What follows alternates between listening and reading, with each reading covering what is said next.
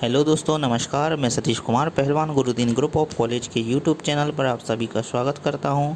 आज हम बात करने वाले हैं जनजातियों के बारे में, जो कि बीए प्रथम वर्ष के समाजशास्त्र द्वितीय का प्रमुख टॉपिक है। अगर अभी तक आपने हमारा चैनल सब्सक्राइब नहीं किया है तो कृपया चैनल सब्सक्राइब करें, लाइक करें, कमेंट करें, शेयर करें। आइए दोस्तों, शुरू करते हैं। तो जैसा कि हम सभी जानते हैं कि भारत में दुर्गम स्थानों, जंगलों आदि में निवास करने वाले विभिन्न आदिवासी समूह को ही हम जनजाति कहते हैं। इन जनजातियों की कुछ परिभाषाएं दी गई हैं। इन परिभाषाओं में गिलिन तथा गिलिन के अनुसार स्थानीय आदिम समूहों के किसी भी समुदाय को जो एक सामान्य क्षेत्र में निवास करते हैं, एक सामान्य भाषा का प्रयोग करते हैं और सामान्य संस्कृति का अनुसरण करते हैं, एक जनजाति कहलाती है। Doctor D.N. मजुमदार के अनुसार एक जनजाति परिवार या परिवारों के एक समूह का संकलन होता है, जिसका एक सामान्य नाम होता है, जिसके सदस्य एक निश्चित भूभाग पर रहते हैं, सामान्य भाषा बोलते हैं और विवाह, व्यवसाय या उद्योग के विषय में कुछ निषेधों का पालन करते हैं और एक निश्चित एवं उपयोगी परस्पर आदान प्रदान की व्यवस्था का विकास करते हैं। अब बात कर लेते हैं दोस्तों की जनजातियों की प्रमुख समस्याओं के बारे में। तो सबसे पहली आती है सामाजिक समस्याएं। इसके अंतर्गत नगरीय एवं सभ्य समाजों के संपर्क में आने के फलस्वरूप आदिवासियों में कई सामाजिक समस्याओं ने जन्म लिया। इनमें सबसे पहला है बाल विवाह। तो इसके अंतर्गत प्रायः जनजाति लोग युवावस्था में ही लड़के लड़कियों का विवाह करते थे, लेकिन हिंदू संस्कृति के संपर्क में आने के कारण ये लोग अब बाल विवाह करने लगे हैं। दूसरा है कन्यामूल। हिंदुओं के प्रभाव से जनजातियों में कन्यामूल्य रुपए के रूप में मांगा जाने लगा है। तीसरा है वैवाहिक नैतिकता का पतन। सभ्य समाज के संपर्क से विवाह पूर्व और विवाह के बाद यौन संबंध बढ़ते जा रहे हैं, जिससे विवाह विच्छेदों की संख्या भी बढ़ रही है। अगला है वेश्यावृत्ति। जनजातियों की निर्धनता के लाभ उठाकर विदेशी व्यापारी, ठेकेदार, एजेंट आदि रुपयों का लाभ दिलाकर उनकी स्त्रियों के साथ अनुचित संबंध स्थापित कर लेते हैं, जिससे वेश्यावृत्ति आदि की सामाजिक समस्याएं बढ़ने लगती है। अगला है युवाग्रहों का पतन। पाश्चात्य और अन्य सभ्यताओं के फलस्वरूप जनजातियों में युवाग्रहों की स्थिति पतोन्मुख हो चली है। युवाग्रह नवयुवक और नवयुवतियों के जीवन के सभी पक्षों को सुदृढ़ बनाने में योगदान देते हैं, लेकिन दुर्भाग्यवश अब इनको शिक्षित करने वाला कोई अन्य अनौपचारिक संगठन शेष नहीं रहा है। दूसरी प्रमुख सांस्कृतिक समस्याएं आती है। इन समस्याओं में सबसे पहला है भाषा संबंधी समस्याएं। बाहरी संस्कृति के संपर्क में आने से जनजातियों में प्रमुख समस्याएं भाषावाद उत्पन्न हो गया है, जिससे अपनी भाषा के साथ जनजाति के लोग बाहरी भाषा भी बोलने लगे हैं। कुछ लोग तो अपनी भाषा की ओर इतना अधिक उदासीन हो गए हैं कि मानो उसे वो भूल गए हैं। इससे विभिन्न जनजातियों के लोगों में सांस्कृतिक आदान प्रदान में बाधा उत्पन्न होती है। बाधा से सांस्कृतिक मूल्यों और आदतों का पतन होने लगा है और सामुदायिक भावना का ह्रास होने लगा है। दूसरा सांस्कृतिक कारण है विभिन्न जनजातियों में सांस्कृतिक भिन्नता की समस्या। ईसाई मिशनरियों और हिंदुओं के संपर्क में विभिन्न जनजातियों में आपस में भिन्नता उत्पन्न हो गई। इससे सामाजिक और व्यक्तिगत दोनों प्रकार के विघटन उत्पन्न हो रहे हैं। ईसाई मिशनरियों के प्रभाव से कुछ लोग ईसाई बन गए और कुछ लोग ने हिंदुओं की जाति प्रथा को अपना लिया, परंतु ऐसा सबने नहीं किया। तीसरा समस्या है ललित कलाओं का ह्रास। बाहरी संस्कृति के संदर्भ में आने से जनजाति कलाओं का ह्रास होता जा रहा है। नृत्य, संगीत, लकड़ी का कार्य, चटाई बनाना, नक्काशी करना आदि का काम दिन प्रतिदिन घटता जा रहा है। बाह्य संस्कृतियों के संपर्क से जनजातियों में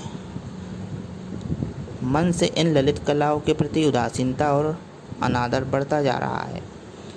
तीसरी आर्थिक समस्याओं के अंतर्गत आती है। इन समस्याओं में सबसे पहले आता है कृषि भूमि संबंधी समस्याएं। तो इन समस्याओं के अंतर्गत जनजातियों में स्थानांतरित खेती अथवा झूम की कृषि व्यवस्था की परंपरा रही है। इस व्यवस्था के अनुसार प्रदेश के पेड़ों को काट कर गिराया जाता है और उनको जलाने के बाद उनकी भस्म पर खेती करने की व्यवस्था का निर्वाहित किया जाता है।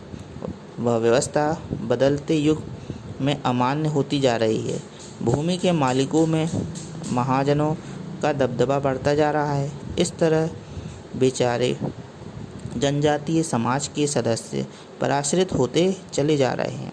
अपनी भूमि में अपने आप को पराश्रित मानकर कार्य करना जनजातीय लोगों की परंपरा हो गई है। दूसरी आर्थिक समस्या है वन्य जीवन से संबंधित समस्याएं। यहाँ जनजाति वन की वस्तुओं का उपयोग कर अपनी आर्थिक दशा को उन्नत बनाए रखती थी। वहाँ अब स्थिति बदल गई है। सारी वन संपत्ति पर अब सरकारी नियंत्रण हो गया है और इस तरह उनका आर्थिक जीवन तथा उदरपूर्ति में सभी साधन धीरे धीरे छिनते चले जा रहे हैं। तीसरी आर्थिक समस्या है ऋणग्रस्तता। जनजातीय समाज में महाजन का दबदबा बढ़ा हुआ है। वे जनजातियों के सदस्यों को ऋण देकर उनकी भूमि आदि पर क्रमशाधिकार कर लेते हैं। इससे उनकी आर्थिक स्थिति बिगड़ती जा रही है। चौथी आर्थिक समस्या है औद्योगिक श्रमिकों की समस्या। कल कारखानों, चाय के बागानों, खाने के कार्य करने वाले जनजाति लोगों की समस्याएं और भी अधिक कठिन होती जा रही है। कम वेतन का होना, रहने आदि की असुविधा इसके लिए निरंतर बनी है। परेशान होकर कभी कभी वे अपने गांवों को पुनः लौट जाते हैं। औद्योगिक केंद्र प्रायः नगरों में स्थित होते हैं, अतः अशिक्षित होने के कारण ये नगरों की कुरीतियों को ही सर्वप्रथम अपनाते हैं और जो कि अनेक समस्याओं के कारण बन जाती है। चौथी आर्थिक समस्याओं के अंतर्गत आती है धार्मिक समस्याएं। इसमें ईसाई धर्म के कारण एक ही समूह में नहीं बल्कि एक ही परिवार में धार्मिक भेदभाव दिखाई पड़ता है। इससे सामुदायिक एकता और संगठन टूटने लगता है। पारिवारिक तनाव, भेदभाव, लड़ाई झगड़े बढ़ते जा रहे हैं। जनजाति के लोग धर्म को अपनी अनेक सामाजिक और आर्थिक समस्याओं को सुलझाने के साधन के रूप में प्रयोग करते हैं। नए धर्मों में नए विश्वास और संस्कार तो मिल गए, परंतु उनकी समस्याओं को सुलझाने के लिए नए साधन नहीं मिल सके हैं। इससे जनजातियों में असंतोष पैदा होना स्वाभाविक ही है। अगला आता है स्वास्थ्य संबंधी समस्याएं। अधिकांश जनजातियों के लोग गरीबी के शिकार हैं। संतुलित भोजन के अभाव में ये कई रोगों के शिकार हो जाते हैं। उन्हें स्वास्थ्य सेवाएं भी पूरी तरह से नहीं मिल पाती। ये लोग सही इलाज करवाने के स्थान पर जंगली जड़ी बूटियों एवं जादू टोनों पर अधिक उचित समझते हैं। अतः स्पष्ट है कि इनमें स्वास्थ्य की समस्याएं एक प्रमुख समस्या है। अगली समस्या है शिक्षा संबंधी समस्या है। जनजातियों की एक प्रमुख समस्या के रूप में शिक्षा और साक्षरता की है। अशिक्षा के कारण अनेक कुरीतियाँ, अंधविश्वास, कुसंस्कार इनमें व्याप्त हैं। अशिक्षित होने के कारण इनका शोषण किया जा रहा है। अगली प्रमुख विशेषता है दुर्गम स्थानों के निवास की समस्या। प्रायः अधिकतर जनजाति दुर्गम और पर्वतीय क्षेत्रों में निवास करते हैं। इससे ये लोग आधुनिक संचार के साधनों और यातायात के साधनों से बिल्कुल अनभिज्ञ हो गए हैं। उनमें अपने आप को भारतीय संस्कृति की मुख्य धारा से जोड़ने में वे असमर्थ हो गए हैं। अगली प्रमुख विशेषता है राजनीतिक चेतना की समस्या। स्वतंत्रता के बाद जनजातियों के लोग को एक देश के नागरिक के रूप में सक्रिय भूमिका निभाने का अवसर मिला। ग्राम पंचायत, पंचायत समिति, जिला परिषद, विधानसभा और संसद के चुनाव में उनकी राजनीतिक गतिविधियों में भाग लेने लगे। उनमें वे अपनी सक्रिय भूमिका निभाने लगे। आज जनजातियों के लोग भी अधिकारों के प्रति संवेदनशील बने हैं और सामाजिक और आर्थिक क्षेत्र में होने वाले शोषण का राजनीति के प्रत्येक स्तर पर विरोध कर रहे हैं। देश में कई राज्यों में कुछ हिस्सों में इसकी राजनीतिक जागरूकता के कारण उनके संबंध भूस्वामियों, गैर जनजातीय लोगों, छोटे व्यापारियों, प्रशासकों आदि से कटुतापूर्ण और तनावपूर्ण बन गए हैं। यहाँ तक कि कई बार स्थिति हिंसक उपद्रव के रूप में भी उभर कर आती है। परिणामस्वरूप इन लोगों में स्वायत्त राज्य की मांग करने की होड़ सी लगी है। उनका व्यवहार बढ़ती हुई राजनीतिक चेतना के साथ साथ उग्र होता जा रहा है, क्योंकि उनका शोषण रुक नहीं रहा। अब जानते हैं दोस्तों जनजातीय समस्याओं के समाधान हेतु कुछ प्रमुख सुझावों के बारे में।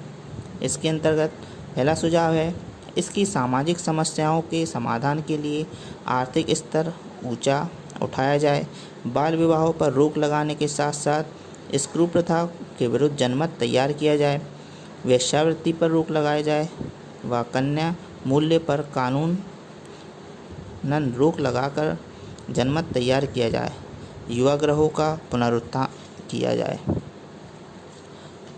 दूसरा प्रमुख उपाय है, आर्थिक समस्याओं के समाधान हेतु उन्हें पर्याप्त कृषि भूमि दी जाए। सरकार की ओर से उन्हें नवीन सुविधाओं के साथ साथ ऋण प्रदान किया जाए।